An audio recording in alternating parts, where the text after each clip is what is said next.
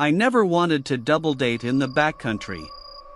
My girlfriend, Chloe, had been begging me for months to do a joint camping trip with her best friend, Maya, and Maya's new boyfriend, Noah. Noah bought a brand new overland truck and $4,000 worth of fresh camping gear last week. He wanted to go deep into the unmapped timber of the northern ridge to test his equipment. We arrived at the clearing around 4 in the afternoon. The trees out here are old, thick pines that grow so close together they block out 80% of the daylight. By 8 o'clock, the temperature dropped below freezing. We set up our 2 tents facing each other, built a large fire in the center, and sat down on our folding camp chairs to eat. Everything felt normal until Noah opened a satellite mapping app on his phone to check our coordinates. The screen wouldn't load the terrain. The blue dot that represented our location kept jumping erratically across the interface, flashing between our actual campsite and a deep ravine 3 miles to the east.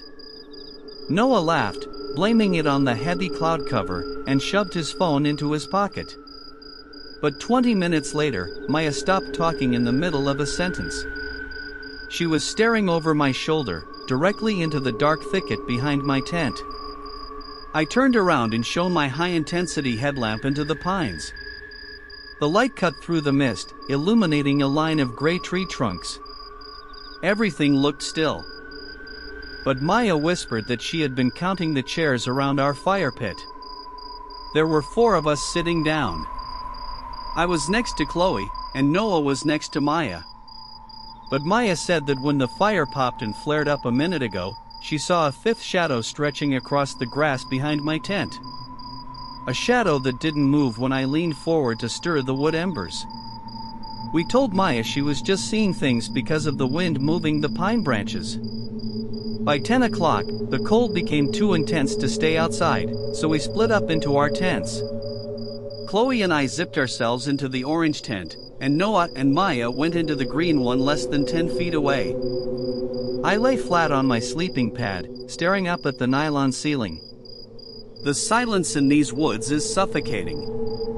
There are no insects, no owls, no forest sounds at all. At midnight, I heard the grass rustle outside. It wasn't a heavy footstep. It sounded like the wet, soft friction of an empty winter coat being dragged slowly across the damp mud between our 2 tents. Rustle. Drag. Rustle. Drag.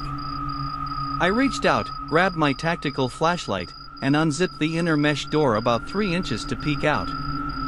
The campfire was completely dead, but the moonlight was bright enough to outline the clearing.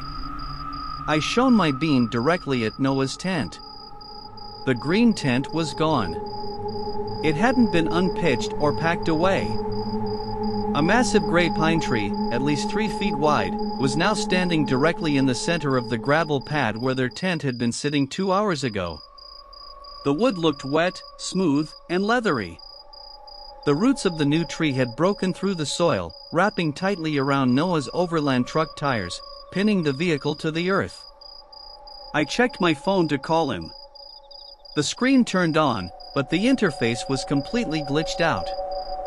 The digital clock was blinking a sequence of random numbers over and over again: 14, 15, 18, 22. Then, right outside my own tent wall, less than 2 inches from my left ear, a voice spoke through the nylon fabric. It was Noah's voice, but the pitch was completely flat, lacking any human emotion. It said, "Liam, open the zipper." The count inside our tent was incorrect. We need to recount the chairs. I woke Chloe up, covering her mouth with my hand so she wouldn't scream. Her eyes went wide with terror as she heard the flat voice outside our tent repeating her name. "Chloe, open the track. There are too many trees in the yard now." I grabbed my hunting knife from my pack and sliced a jagged hole through the back wall of our tent so we could escape into the woods without using the front zipper. We crawled out into the wet brush, the freezing mud soaking through our clothes instantly. The fog was so thick I could barely see 5 feet ahead. I held Chloe's hand tightly as we ran blindly through the pines, trying to locate the main dirt trail that led back to the highway. But the forest layout had changed entirely while we were sleeping. Every direction we ran, a new wall of pale gray bark would slide out of the mist, blocking our path. The trunks didn't make a sound when they moved. They didn't crack the dead brush or break the soil. They simply occupied the space the moment we turned our heads to check behind us. I stopped to catch my breath, pointing my utility light around us in a circle. We were surrounded. The gray trees had formed a perfect, seamless wooden cage around us, their trunks packed so tightly together that there wasn't an inch of space between the bark. I raised my light to the canopy above. The branches weren't growing upward toward the sky. They were bending downward, weaving together like giant fingers to block out the moonlight. Hanging from the lowest branch directly above my head were two large, gray cocoons woven out of dead pine needles and leaves. The wind caught them, spinning them around slowly in the light. Through the mesh of dead leaves, I saw Maya's face. Her skin was the color of gray ash, and her mouth was pinned wide open by a thin wooden twig that had grown up from her throat. Her eyes were completely gone, replaced by smooth, pale knots of wood. Chloe dropped to her knees, weeping silently into the dirt. I tried to pull her up, but my fingers felt numb, freezing cold from the moisture in the air. Behind us, a trunk began to split open. It didn't break like dry timber, the gray bark tore open fluidly like wet skin. A thick, clear fluid leaked onto the pine needles, and from the interior of the split wood, Noah stepped out. He didn't have his hiking clothes on anymore. His bare back was covered in deep horizontal ridges that looked exactly like human ribs wrapped in gray leather. His joints were bending in directions that defied human anatomy, moving with a strange, sideways tilt. He looked directly at me. Where his eyes should have been, there were only deep, hollow indents filled with dead leaves. He opened his mouth. His jaw dropped low against his chest, revealing rows of thin, needle-like teeth that lined his entire throat. He didn't scream. He emitted that same mechanical, underwater clicking sound. Click. Click. Click. Chloe stood up, but she wasn't running anymore. Her eyes looked wide, bloodshot, and completely fixed on Noah's face. She looked like a sleepwalker. She dropped my hand and began walking slowly toward the open split in the tree trunk. I screamed her name, reaching for her jacket, but a long, gray branch, flexible like a human spine, reached down from the canopy. It wrapped tightly around her neck, lifting her feet off the ground. As she rose into the branches, her jaw unhinged, dropping low against her throat. From her mouth, Noah's voice came out, flat and loud, "Liam. Stop counting. The perimeter is full." How I survived I don't know, but the rest are nowhere to be found. So, if you are double dating on a camping trip this weekend, and your phone's GPS begins to jump across the map, do not look into the woods behind your tent. There were 6 of us on the trip: me, Ethan, Lucas, Mason, Sophia, and Harper. We had been planning this backcountry excursion since college graduation.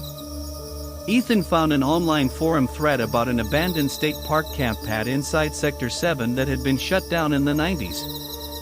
The thread said the access gates were unlocked, and the clearing was completely free of tourist crowds. We hiked for 5 hours past the rusted perimeter fences, moving deeper into the old-growth timber than we ever had before. By midnight, the forest grew completely dark. The air tasted strange out here, it smelled intensely of copper and wet mulch.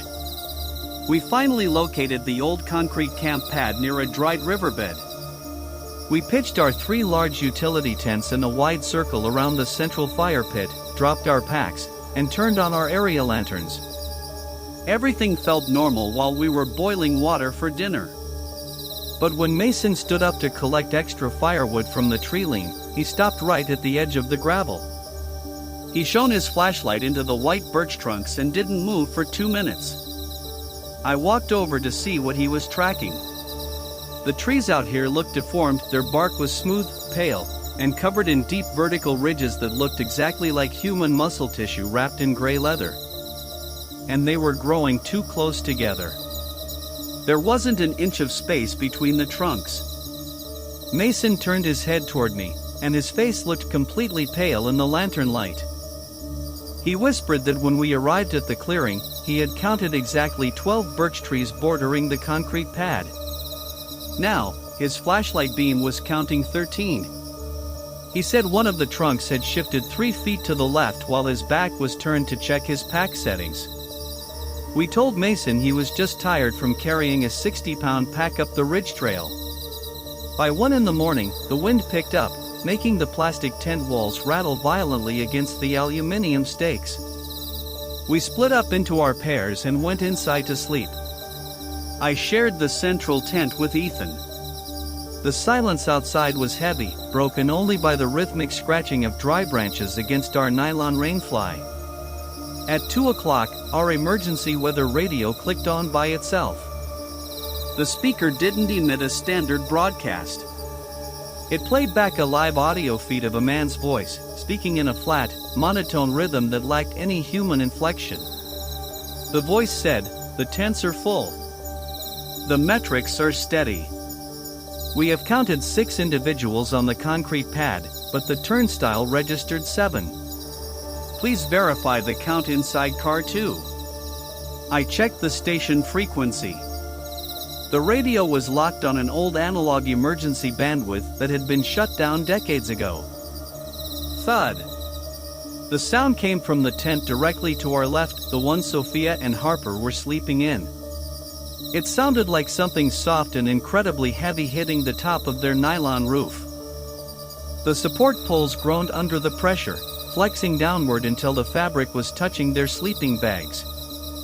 I grabbed my utility light, unzipped our tent door, and looked out into the clearing. The other 2 tents were completely gone. They hadn't been unzipped or torn down.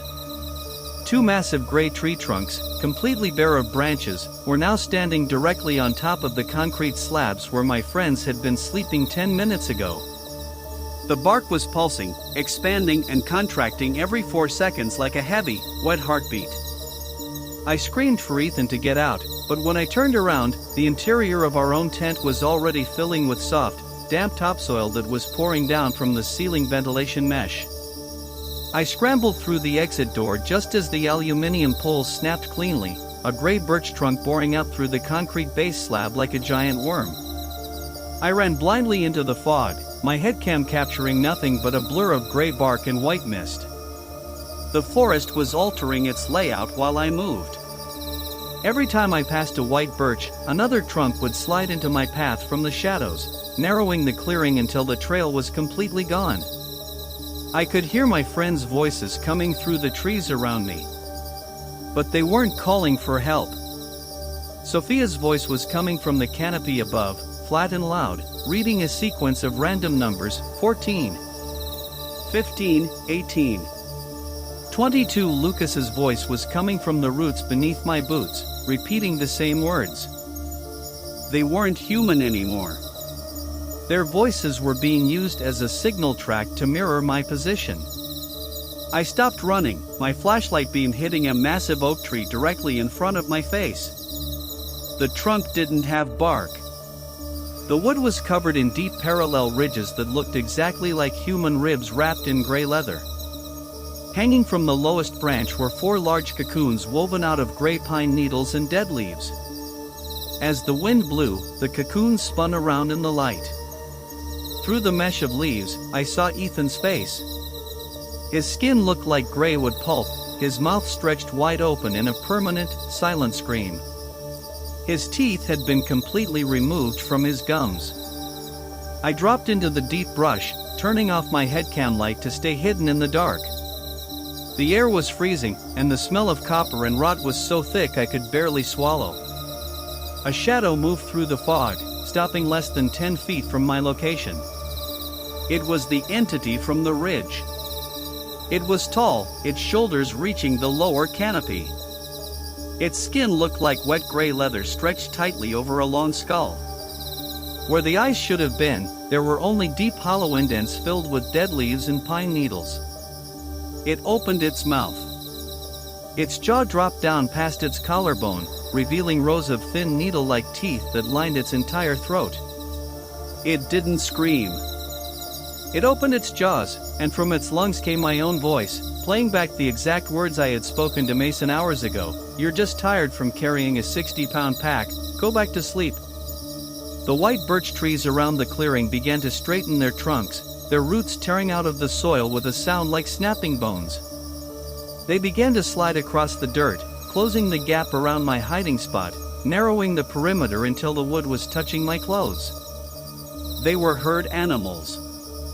And our camp had been pitched right in the center of the pack. A long gray branch reached down from the oak tree, its thin twigs wrapping around my boots, lifting my feet off the ground into the black canopy above. The rest was history. I'm lucky I survived, though I'm the only one who made it out. If you are hiking with a large group of friends this weekend, and you notice the number of tree trunks around your camp looks higher than it did at noon, do not count them.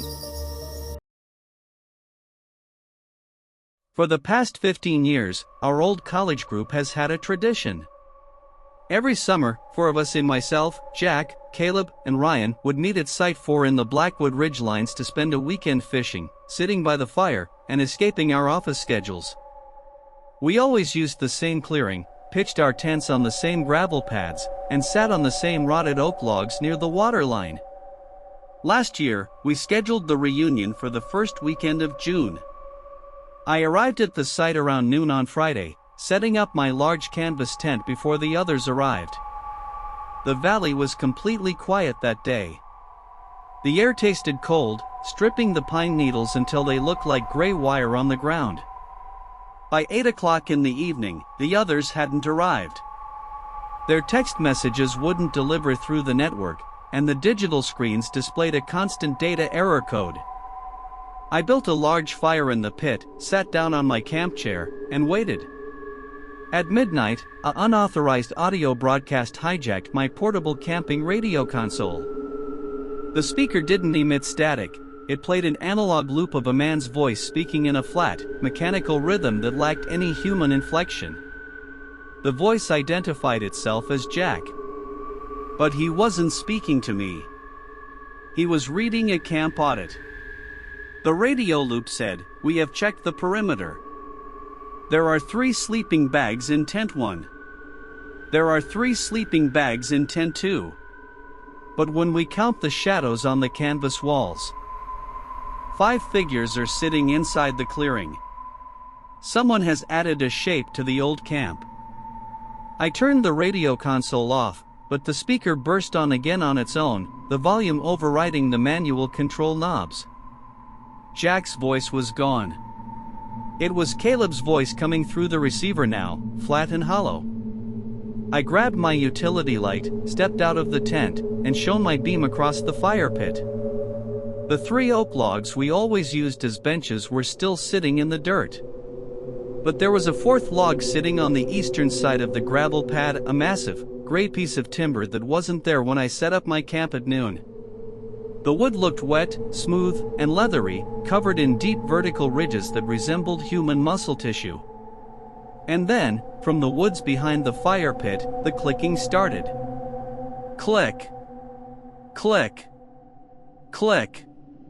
It sounded like 2 heavy stones being snapped together underwater. The sound moved from the tree line, across the grass, and stopped directly behind my tent wall.